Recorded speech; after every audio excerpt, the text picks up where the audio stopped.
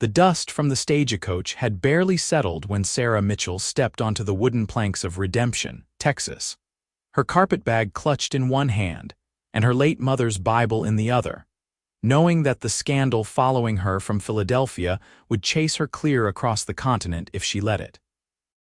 It was late summer in 1876, and the heat rose in shimmering waves from the parched earth, making the small frontier town look like it might dissolve into nothing but a mirage at any moment. Sarah was 22 years old, unmarried, and according to the society ladies back east, thoroughly ruined because she had dared to refuse a marriage proposal from a wealthy banker's son who had tried to force himself on her at a garden party.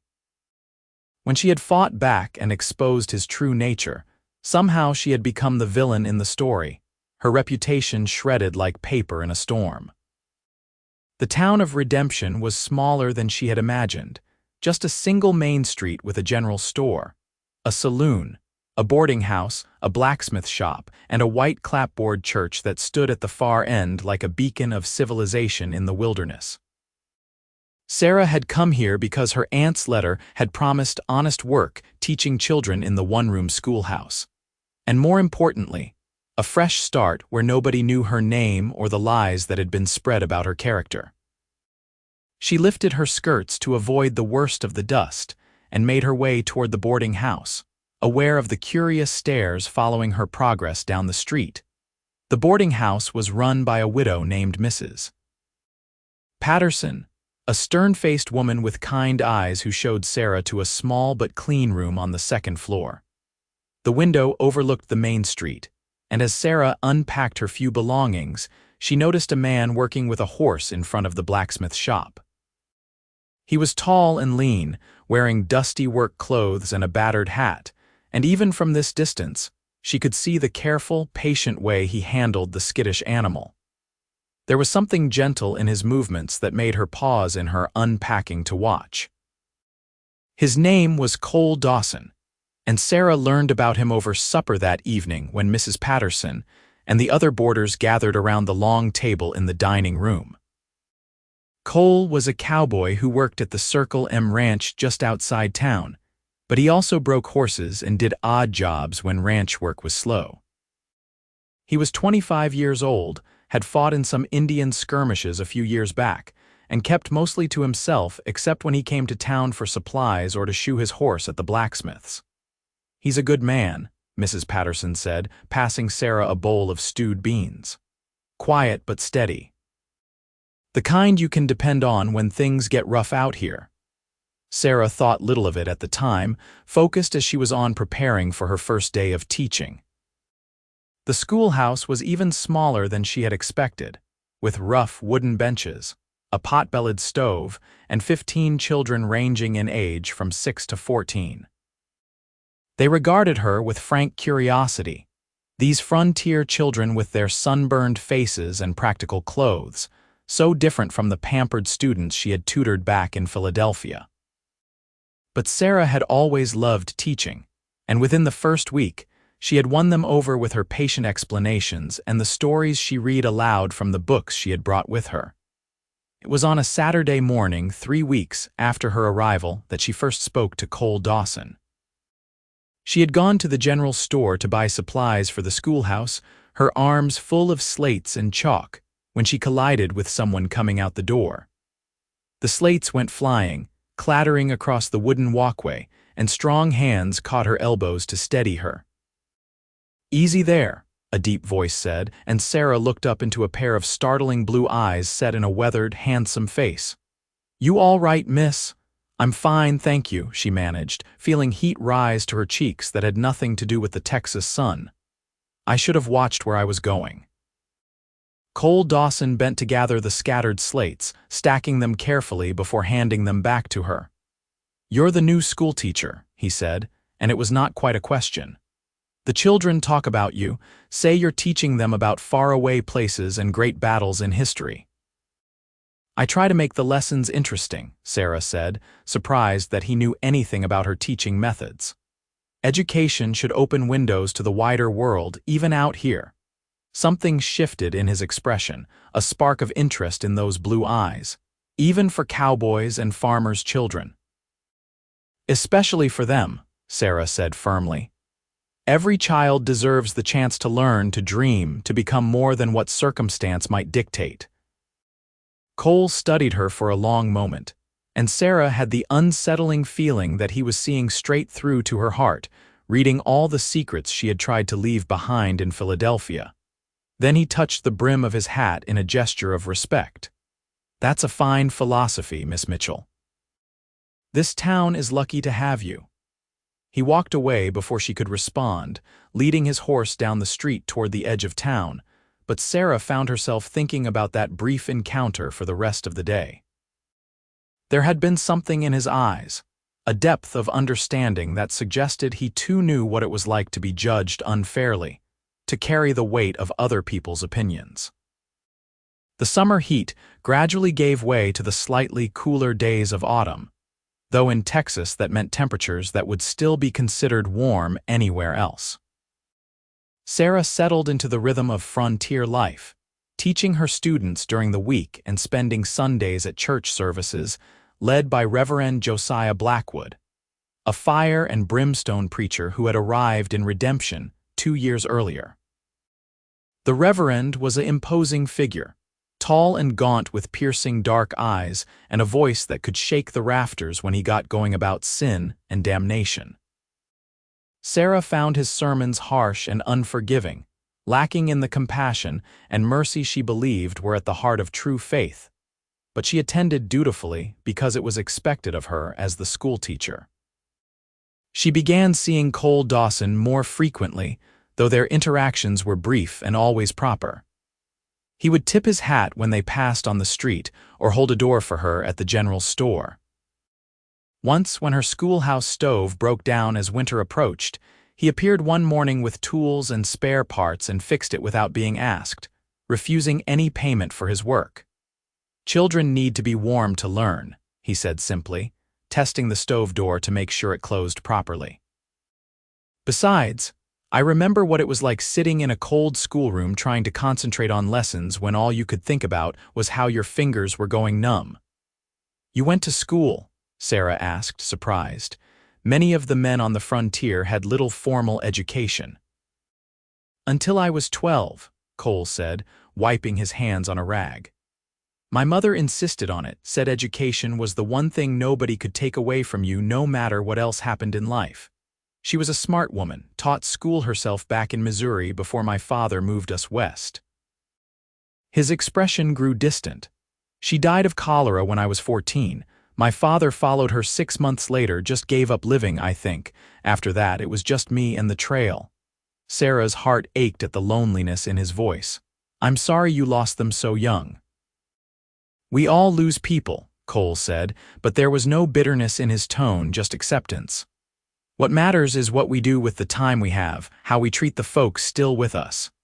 He picked up his toolbox and headed toward the door, then paused to look back at her. "Your mother would be proud of what you're doing here, Miss Mitchell, teaching these children, giving them hope for something better. That's important work." He left before she could ask how he knew her mother had passed, but Mrs. Patterson later explained that small towns had few secrets, and everyone knew Sarah wore a black mourning band under her sleeve. What they did not know, what Sarah had not told anyone, was the real reason she had fled Philadelphia, and she intended to keep it that way. As autumn deepened into early winter, Sarah realized she was falling in love with Cole Dawson. It happened gradually, in small moments that accumulated like gold dust in a pan. The way he always made sure to greet her students respectfully when he saw them in town, treating even the youngest with dignity. The afternoon, she saw him defending a Mexican ranch hand who was being cheated at the general store, quietly but firmly insisting the man receive fair weight for his purchases. The Sunday morning, she found a bouquet of wildflowers on the schoolhouse steps with no note attached, though she somehow knew they were from him. She tried to fight the feeling, knowing that love had brought her nothing but trouble before, but Cole Dawson was nothing like the men she had known back east. There was an honesty to him, a fundamental decency that showed in everything he did. He worked hard, treated people fairly, and asked nothing for himself except the chance to live quietly and do right by his neighbors. It was Cole who finally broke the unspoken barrier between them one December evening when Sarah was locking up the schoolhouse. The sun was setting in a blaze of orange and pink, painting the western sky like a prairie fire, and she did not hear him approach until he spoke. "Miss Mitchell, I wonder if I might walk you back to the boarding house." Sarah turned to find him standing a respectful distance away, hat in hand, looking nervous in a way she had never seen before. "Of course, Mr. Dawson, I would welcome the company." They walked slowly down the main street, both of them seeming reluctant to reach their destination too quickly. Finally, Cole cleared his throat and said, "I know I'm just a cowboy, Miss Mitchell, and you're an educated woman from back east. I know I got no right to speak what's on my mind. But I've been watching you these past months, seeing how you care for those children, how you treat everyone with kindness no matter who they are. You're like a light in this dusty town, bringing beauty and hope to places that have been dark too long." Sarah's heart was pounding so hard she was certain he must hear it. "Mr. Dawson, please, let me finish before I lose my courage," he said, his blue eyes intense in the fading light. "I'm not a rich man, probably never will be. But I'm honest and I work hard, and I would spend every day of my life trying to make you happy if you would let me. Sarah, I'm asking if you might consider letting me court you proper." The use of her first name, spoken with such tenderness, nearly undid her completely. "Cole," she said softly, testing his name on her tongue and finding it felt right.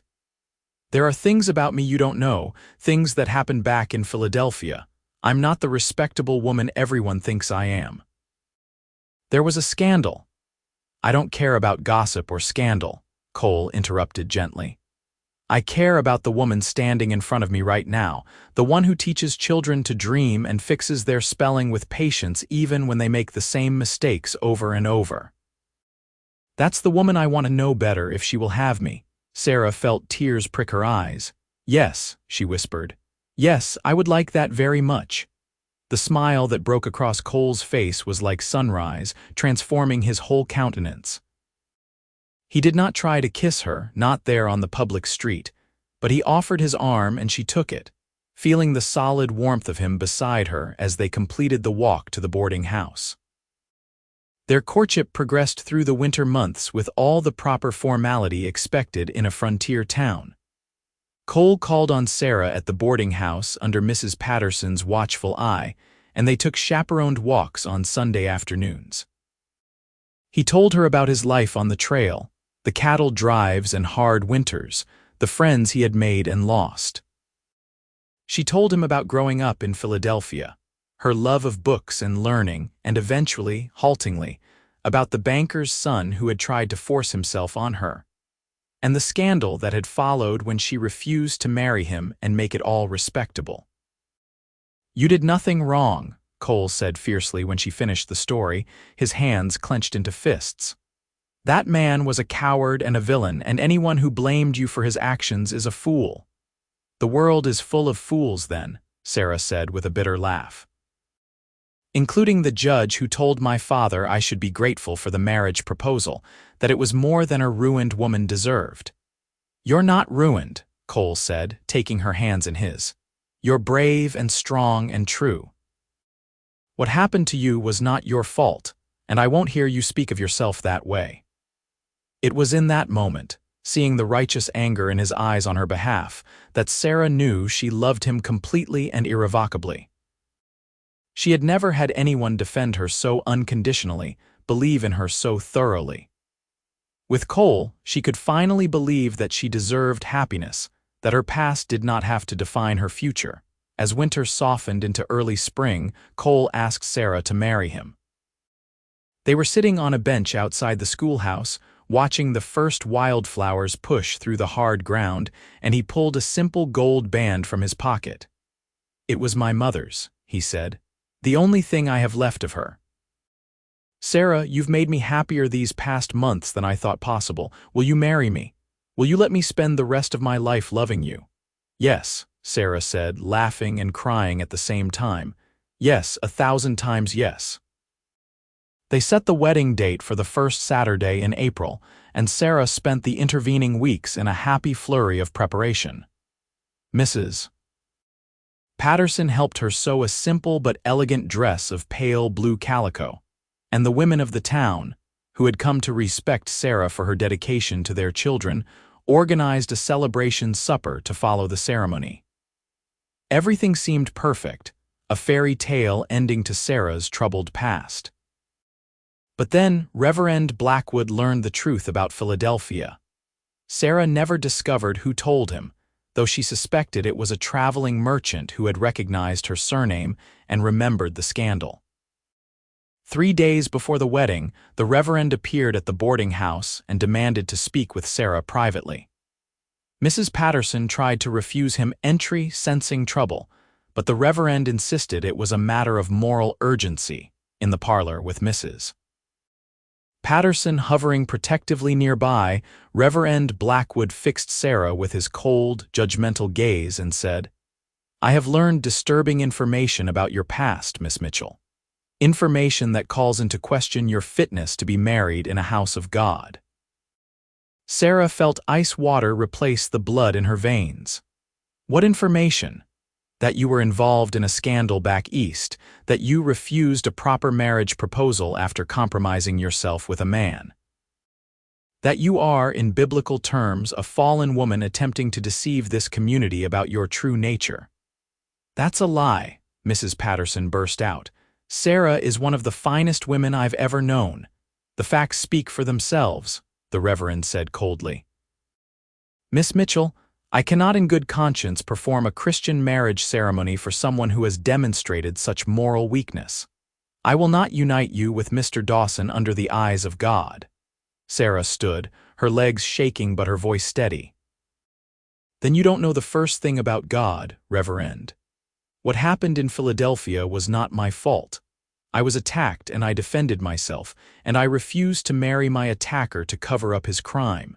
If that makes me fallen in your eyes, then your eyes are blind to justice and mercy. Do not presume to lecture me about theology, Miss Mitchell, the Reverend said, rising to his full imposing height. I am the spiritual authority in this town, and I will not marry you. Furthermore, I strongly suggest you and Mr. Dawson reconsider this union entirely. A man of good character should not shackle himself to a woman of questionable virtue. He swept out of the boarding house, leaving Sarah trembling with rage and despair. Mrs. Patterson wrapped her arms around the younger woman, but Sarah barely felt the embrace. After everything, after finally finding happiness and hope, the past had caught up with her again. Cole arrived within the hour, having heard from someone in town that the Reverend had visited the boarding house looking angry. When Sarah told him what had happened, his face went pale with fury. He can't do this, Cole said, pacing the parlor like a caged animal. He has no right to judge you, no right to deny us marriage. He's the only preacher in town, Sarah said dully, all the fight drained out of her. Without him, we can't be married. Not properly, not in a way that would be recognized. Then we'll go to another town, find another preacher. Cole, by tomorrow morning everyone in Redemption will know why Reverend Blackwood refused to marry us. The story will spread, the scandal will follow us wherever we go. I can't ask you to live with that shadow over you. You deserve better than a wife who brings shame to your name. Cole stopped pacing and came to kneel in front of her chair, taking both her hands in his. Sarah Mitchell, look at me. When she reluctantly met his eyes, he continued with fierce intensity. I don't give a damn what Reverend Blackwood says or what anyone in this town thinks. I don't need his blessing or his church to make promises to you. If he won't marry us, then we'll marry ourselves. Just you and me and God who actually knows your heart. Will you do that? Will you trust me enough to make our vows without all the trappings and ceremony? Sarah searched his face, seeing nothing but love and determination there. You mean it. You still want to marry me, even knowing what everyone will say. I want to marry you more than I've ever wanted anything in my life, Cole said simply. The Reverend can keep his church. We'll make our promises under God's real cathedral, the sky and stars that were here long before any building. What do you say, Sarah? Will you marry me tomorrow night with heaven as our witness? A fierce joy began to kindle in Sarah's chest, burning away the despair and shame. Yes, she whispered. Yes, Cole, I'll marry you anywhere, anyway, as long as we're together. The next day, Friday, was agony for both of them. The news of the Reverend's refusal had indeed spread through town, and Sarah endured stares and whispers when she went to the schoolhouse. Several of the children's parents came to collect them early, saying they were no longer comfortable with Miss Mitchell as teacher. Sarah maintained her dignity and continued the lessons for those who remained, but by the end of the day, she knew her teaching career in Redemption was likely over. Cole spent the day preparing. He told his boss at the Circle M Ranch that he needed Saturday off for important personal business, then rode out into the wilderness to find the perfect spot. When he returned to town as the sun was setting, he went to the boarding house and told Sarah to meet him after dark at the old oak tree on the eastern edge of town, the one that stood alone on a small rise overlooking the prairie. Bring whatever you want to wear and anything that's precious to you, he said quietly, aware that Mrs. Patterson and the other boarders were listening. Tomorrow morning we'll leave Redemption for good. But tonight we get married the way it should be, with honesty and love and nothing false between us. Sarah packed her carpetbag that evening with trembling hands, folding her blue dress carefully and adding her mother's Bible, a few precious books, and the small keepsakes she had carried from Philadelphia. Mrs. Patterson helped her, tears streaming down the older woman's face. You're doing the right thing, Mrs. Patterson said firmly.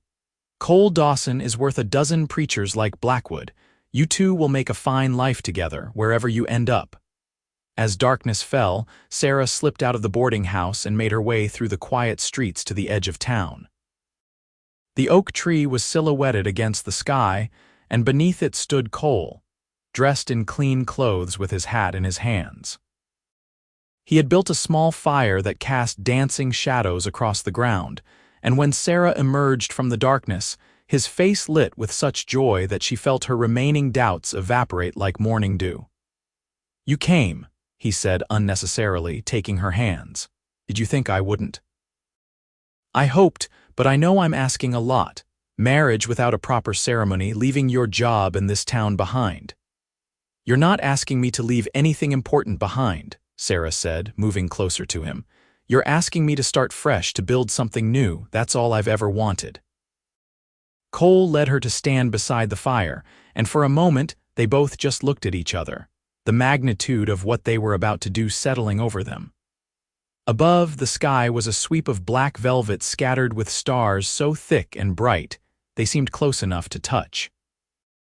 A crescent moon hung low on the horizon, and somewhere in the distance a coyote howled, a lonesome sound that somehow fit the moment perfectly. I don't know the proper words, Cole admitted. Never been to many weddings, and I sure don't remember the exact phrases preachers use. Then we'll use our own words, Sarah said, squeezing his hands. Words that mean something to us. Cole nodded, took a deep breath, and began to speak. Sarah Mitchell, I stand before you tonight with nothing to offer but my heart and my promise. I vow to love you every day for the rest of my life, in good times and hard times, in wealth and poverty, in sickness and health. I promise to protect you, to stand by you, to never raise my hand or my voice to you in anger. I promise to respect your mind and your spirit, to value your thoughts and opinions, to be your partner in all things. I promise to work hard to provide for our family, to build you a home where you'll feel safe and cherished. And I promise that no matter what anyone else says or thinks, I will always believe in you, always trust in your goodness. These vows I make freely, before God and under these stars, and I will keep them until my last breath. Tears were streaming down Sarah's face by the time he finished, and her voice shook as she began her own vows. Cole Dawson, you have given me something I thought I'd never have again, the chance to believe in myself and in the possibility of happiness. I vow to love you with all my heart, to stand beside you through whatever challenges we face. I promise to be faithful and true, to make our house a home filled with warmth and joy. I promise to respect the work you do and the man you are, to never try to change you or make you into something you're not. I promise to face each day with courage and hope, to build a life with you that honors both our dreams. And I promise that I will always see you clearly, not as just a cowboy or a ranch hand, but as the extraordinary man you are, kind and brave and good. These vows I make freely, witnessed by heaven above, and I will honor them all my days. Cole reached into his pocket and pulled out his mother's ring, slipping it onto Sarah's finger with hands that trembled slightly. It fit perfectly, as though it had been made for her. Then Sarah untied a ribbon from her hair, a blue silk ribbon her mother had given her years ago, and tied it around Cole's wrist, knotting it securely. "So that you always remember," she whispered. "So that you carry a piece of me with you always." They stood holding hands, both somehow knowing that something profound had just happened, that they had truly been joined in a way that went deeper than any words a preacher could have spoken in a church. The fire crackled softly, and the stars wheeled overhead in their ancient patterns, the same stars that had witnessed countless other lovers making promises through the ages. "I want to kiss you," Cole said softly, "as your husband if you'll have me." "I'll have you," Sarah said, and then his lips were on hers, gentle at first and then deeper, a kiss that sealed their vows more completely than any document or ceremony could have done. When they finally pulled apart, both were breathless and flushed, grinning at each other like children who had gotten away with something wonderful. "Mrs. Dawson," Cole said, testing the name. "Sarah Dawson, I like the sound of that." "So do I," Sarah said, resting her head against his chest and hearing the strong, steady beat of his heart. "So do I, husband." They sat by the fire for hours, talking about their future, making plans for the life they would build together. Cole had some money saved, enough to buy a small piece of land in a growing town he had heard about called Clearwater Springs, about 3 days' ride north. There was supposed to be good opportunities there, and nobody who knew their past. "We can start fresh," Cole said, his arm around Sarah's shoulders as she leaned against him. "I'll find work, maybe eventually buy some cattle of our own, and if you want to teach again, I'm sure they'll need a schoolteacher." "Maybe," Sarah said thoughtfully, "or maybe I'll try something else. I've always wanted to write, to tell stories. Perhaps I'll try my hand at that." "You should," Cole encouraged. "You have a gift with words. Anyone who hears you read aloud knows that. Whatever you want to do, I'll support you." As the night deepened and the fire burned low, they finally allowed themselves to acknowledge the weariness in their bones. Cole had arranged for them to spend their wedding night in a line shack on Circle M land, a small cabin used by cowboys during roundup. It was not fancy, but it was private and clean, and it was theirs for the night. They rode there together on Cole's horse, Sarah sitting in front of him with his arms around her, feeling safer and more content than she had in years. The line shack was just as he had described, a single room with a bed, a stove, and a table. Cole had brought supplies earlier, and he built up the fire while Sarah lit the oil lamp. Their wedding night was tender and sweet, full of whispered words and gentle discovery. Cole was patient and careful, making sure Sarah felt cherished and safe, and when they finally came together as husband and wife, it felt like the natural culmination of all the promises they had made under the stars. Afterward, they lay tangled together in the narrow bed, talking quietly until sleep finally claimed them. They woke before dawn and made their way back to Redemption to collect their belongings and say their goodbyes. Mrs. Patterson pressed a package of food into Sarah's hands and hugged her tightly, making her promise to write when they got settled. A few of the townspeople, those who had genuinely liked Sarah and respected Cole, came to wish them well, ignoring the disapproving glares of Reverend Blackwood, who watched from the church steps as the newlyweds prepared to leave. As they rode out of Redemption with the rising sun at their backs, Sarah looked over her shoulder once, taking a last look at the town that had briefly been her home. Then she turned forward, focusing on the horizon ahead and the man beside her, and did not look back again.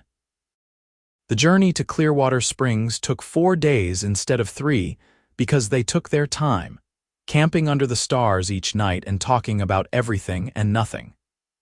Cole taught Sarah how to properly build a campfire and which plants were safe to eat if you got stranded on the trail. Sarah read aloud to him from one of her books in the evenings, Shakespeare's sonnets that made him laugh because he said he did not understand half the words but loved hearing her voice shape them. They reached Clearwater Springs on a warm afternoon in mid-April, and Sarah's first impression was of a town bursting with energy and growth. There were new buildings going up on every street, and the main thoroughfare was crowded with wagons and people going about their business. It felt younger than Redemption, less set in its ways, and Sarah immediately sensed more opportunities here. Cole found them a room at a hotel while they looked for more permanent lodging, and within a week he had secured work at the largest ranch in the area, the Double Bar. The owner, a weathered cattleman named Jack Sullivan, took an immediate liking to Cole's straightforward manner and skill with horses. When Cole mentioned that his wife was a teacher, Sullivan's face lit up. "We've been trying to get a proper school started here for 2 years," he said. "Got plenty of children who need educating but no teacher. If your wife is interested, the town council would jump at the chance to hire her." Sarah was interested, and after meeting with the council and demonstrating her credentials, she was offered the position immediately. They even provided housing, a small cottage that went with the teaching job, freshly whitewashed with a garden plot and enough room for a growing family. Cole and Sarah moved into the cottage at the end of April, and as they arranged their few possessions and made the space their own, Sarah felt a profound sense of homecoming. This was theirs, built by their own efforts, untainted by scandal or judgment. On their first night in the cottage, they made love in their own bed in their own home, and Sarah cried with happiness against Cole's shoulder. The months that followed were the happiest of Sarah's life. She threw herself into teaching, and the children of Clearwater Springs were eager and enthusiastic students. Cole worked hard at the Double Bar and came home each evening with stories about his day, and they would sit together on their small porch and watch the sunset paint the sky.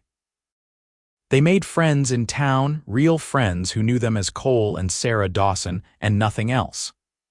There was Emma Sullivan, Jack Sullivan's daughter, who was close to Sarah's age and became her first real friend since leaving Philadelphia. There was old Doc Brennan, who had fought in the Mexican War and had a million stories to tell. There were the other ranch hands and their families, the shopkeepers and farmers, all woven together into the fabric of community. In July, Sarah realized she was pregnant. She waited to tell Cole until she was certain, then surprised him one evening by taking his hand and placing it on her still flat stomach. "There's a baby growing in there," she said softly, watching his face. "Our baby, due sometime around February, Doc Brennan thinks." Cole's expression went through several rapid changes, shock and joy and wonder and a touch of fear.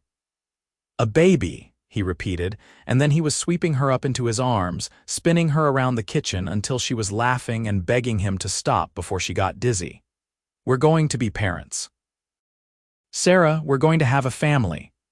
The pregnancy progressed smoothly, and as Sarah's belly swelled with new life, Cole became almost comically protective. He insisted she not lift anything heavy, tried to forbid her from standing for too long during lessons, and generally hovered until Sarah had to gently but firmly tell him to stop treating her like she was made of glass. "Women have been having babies since the beginning of time," she reminded him. "I'm healthy and strong, and Doc Brennan says everything is progressing perfectly. You need to trust that I know my own body." Cole backed off a little, but Sarah could see the worry in his eyes every time she so much as winced. She understood it came from love, from the memory of losing his own mother, and she tried to be patient with his concerns even when they grew tiresome. As autumn turned to winter, Sarah's teaching position came with an unexpected challenge.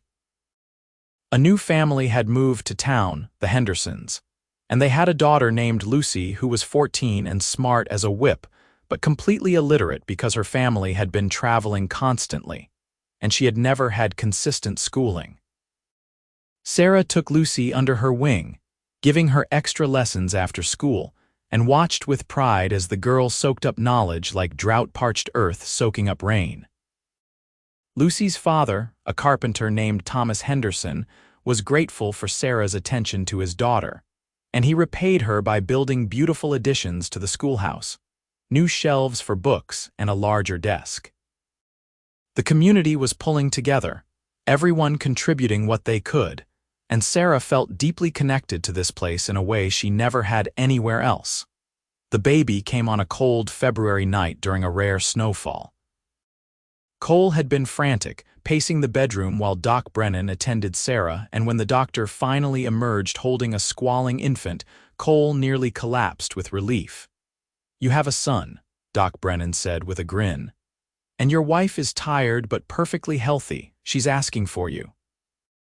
Cole entered the bedroom to find Sarah propped up against pillows, her hair damp with sweat and her face exhausted but radiant. In her arms was a tiny bundle wrapped in a blanket Emma Sullivan had knitted, and as Cole approached, Sarah pulled back the blanket to reveal a red-faced infant with a tuft of dark hair. "Meet your son," Sarah said softly. "I was thinking we could name him Thomas after your father." Thomas Cole Dawson. Cole sat carefully on the edge of the bed, reaching out one finger to touch the baby's impossibly small hand. Immediately, tiny fingers wrapped around his, gripping with surprising strength, and Cole felt something shift irrevocably in his chest. This was his son. His and Sarah's. A new life they had created together, a future stretching out before them full of possibility. "Hello, Thomas," he whispered. "I'm your daddy, and I promise you right now, I'm going to spend the rest of my life making sure you know you're loved and valued. You're going to grow up knowing you can be anything you want to be, that your mother and I will support you in whatever dreams you have." He looked up at Sarah, his eyes bright with tears. "He's perfect. You're perfect. Thank you for this gift, Sarah. Thank you for giving me a family." They sat together, the three of them, as the snow fell softly outside and the fire crackled in the hearth. And Sarah thought about how far she had come from that day she stepped off the stagecoach in Redemption. She had been running from scandal and shame, broken and afraid. But she had found Cole, and together they had built something that no preacher or society's judgment could touch. They had made their vows under the stars with only heaven as their witness, and those vows had been truer and more binding than any church ceremony could have made them. As baby Thomas fell asleep in her arms and Cole dozed in the chair he had pulled close to the bed, unwilling to leave them even for a moment, Sarah whispered a prayer of gratitude to the vast universe that had brought her to this place, this moment. She had been judged and found wanting by people who did not know her heart, but Cole had seen her clearly and loved her anyway. That was the greatest gift she had ever received, and she would honor it every day for the rest of her life. The years unfolded gently after that. Thomas grew into a bright, curious boy who loved books like his mother and horses like his father. When he was 3, Sarah gave birth to a daughter they named Grace, who had her father's blue eyes and her mother's determination. 2 years after that came another son, James, who was quieter than his siblings but had a gift for drawing and art. Cole eventually saved enough to buy a small ranch of their own, just 50 acres but enough to run a modest herd of cattle and a few horses. Sarah continued teaching until Grace started school, then transitioned to writing, penning stories and articles for newspapers and magazines that paid surprisingly well. Her words reached people across the territory, tales of frontier life written with honesty and heart. Clearwater Springs grew around them, transforming from a rough frontier town into a proper community with schools and churches, and even a small library that Sarah helped establish. They never returned to redemption, though they heard through the years that Reverend Blackwood had eventually moved on to terrorize another congregation elsewhere. Mrs. Patterson wrote regularly, her letters full of town gossip and expressions of delight at the life Sarah had built. On their 10th wedding anniversary, Cole took Sarah back to the spot where they had married, to that old oak tree outside Redemption. It was a long ride, and they had to leave the children with Emma Sullivan, but both agreed it was worth it. They arrived at sunset, the sky aflame with color, and stood hand in hand looking out over the prairie that rolled away to the horizon. "Do you ever regret it?" Cole asked quietly. "Marrying me the way we did without a proper ceremony or church blessing?" Sarah turned to him, cupping his weathered face in her hands. "Not for a single moment. What we have, what we built together, is more real and true than any ceremony could have made it. We chose each other, Cole.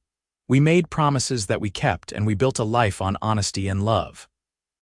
"How could I possibly regret that?" Cole pulled her close, resting his chin on top of her head.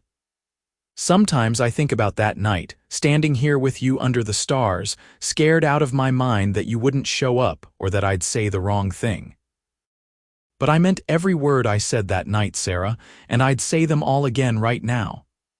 "So would I," Sarah whispered against his chest, "every single word."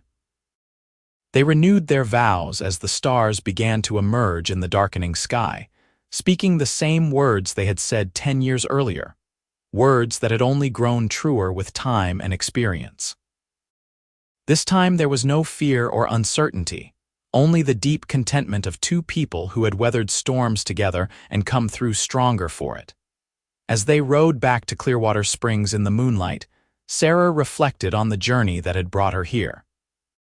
She had been rejected by a preacher who claimed to speak for God, but she had found something infinitely more valuable in the process.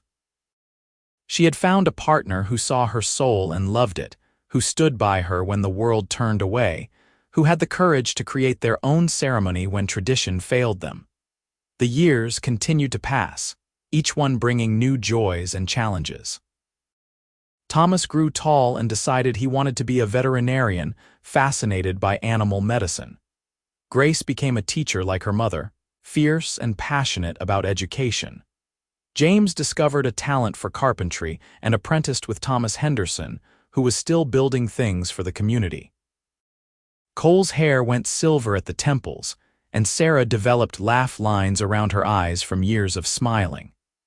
They grew old together in the cottage by the schoolhouse, surrounded by children and eventually grandchildren, pillars of the Clearwater Springs community.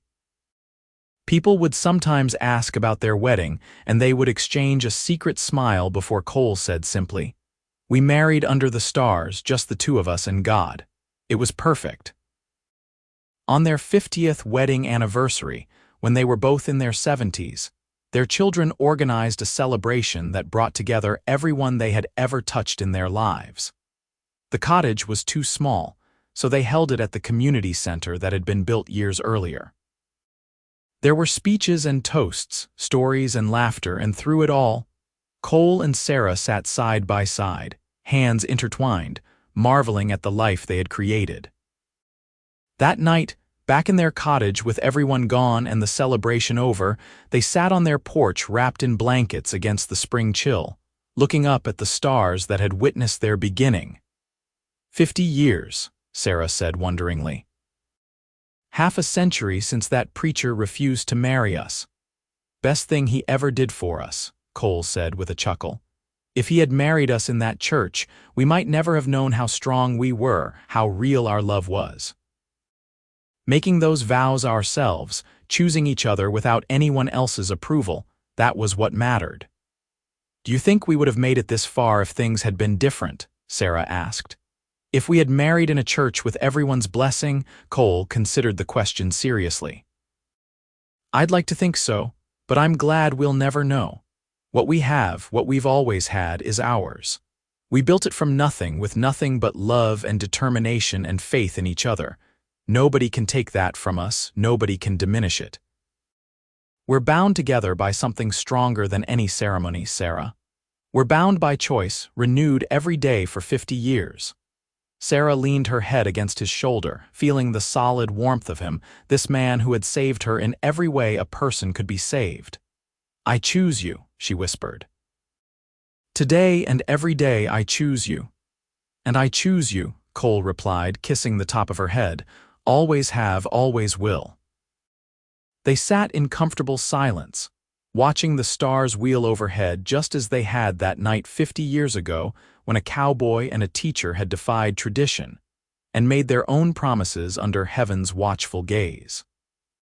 The path had not always been easy, but it had been theirs, and they had walked it together with love as their compass and each other as their home. Years later, when Cole finally passed peacefully in his sleep at the age of 82, Sarah held his hand and whispered the vows they had made one last time, knowing that not even death could break the bonds they had forged. She followed him 2 years later, surrounded by children and grandchildren and even a few great-grandchildren, and her last words were of that night under the stars when they had married themselves with nothing but love and conviction. They were buried side by side on a hill overlooking Clearwater Springs, beneath a stone that reads simply, "Cole and Sarah Dawson, married by starlight, bound by love together forever." And on clear nights, when the stars shone bright and the wind whispered through the grass, people swore they could feel the love that still lingered there, a testament to the power of two hearts choosing each other against all obstacles, making promises that transcended time and tradition to become something eternal.